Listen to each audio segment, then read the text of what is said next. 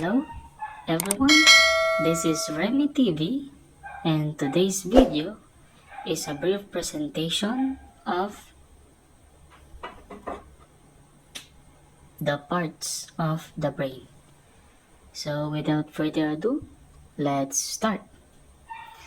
Now, the major parts of the brain are the cerebrum, cerebellum, Diencephalon, and the brainstem.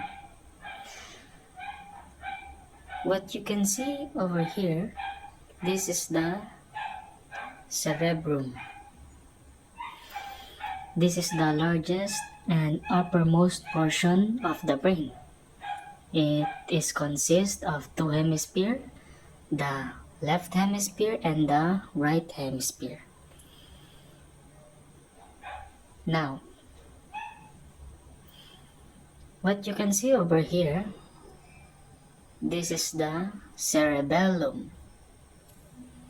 The cerebellum means little brain, is responsible for coordinating movement and the balance. Now, there are four lobes of the cerebrum: the frontal lobe,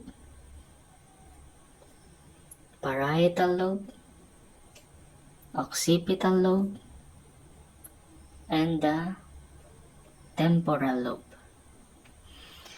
Now, the frontal lobe is responsible for motor function, motivation, and aggression.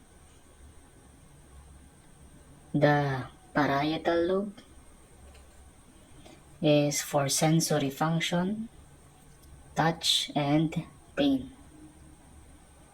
The occipital lobe is for perceiving visual input, and the temporal lobe is for auditory function and memory or hearing. Now, let us go further in learning. Let's go inside the brain.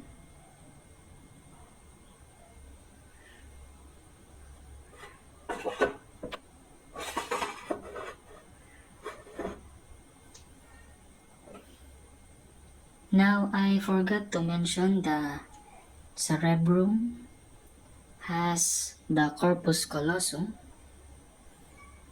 This is the corpus callosum.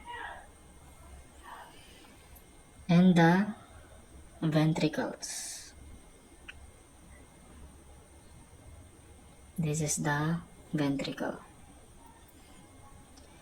So the corpus callosum is the largest of commissures, a broad band of nerve at the base of the longitudinal fissure. The corpus callosum connects the two hemispheres of the cerebrum, the left hemisphere and the right hemisphere. Now, the ventricle are hollow cavities of the brain that contains the cerebrospinal fluid. Now, let's go to the diencephalon. The diencephalon is the part of the brain between the brainstem and the cerebrum. It consists of the thalamus, epithalamus, and the hypothalamus. The thalamus, this is the thalamus. This influences the moods and detects pain.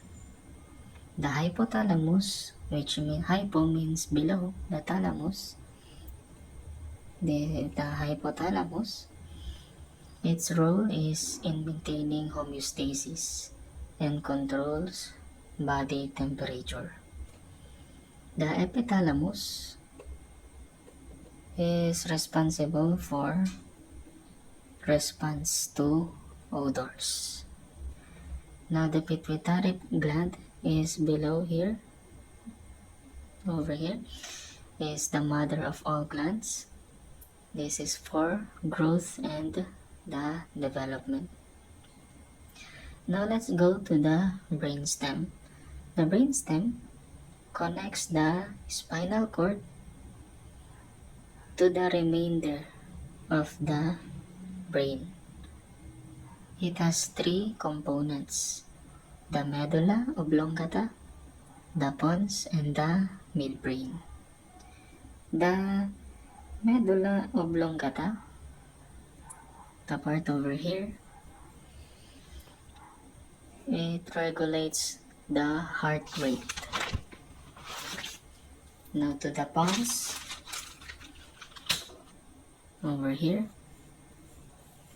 The pons serves as functional bridge between the cerebrum and the cerebellum.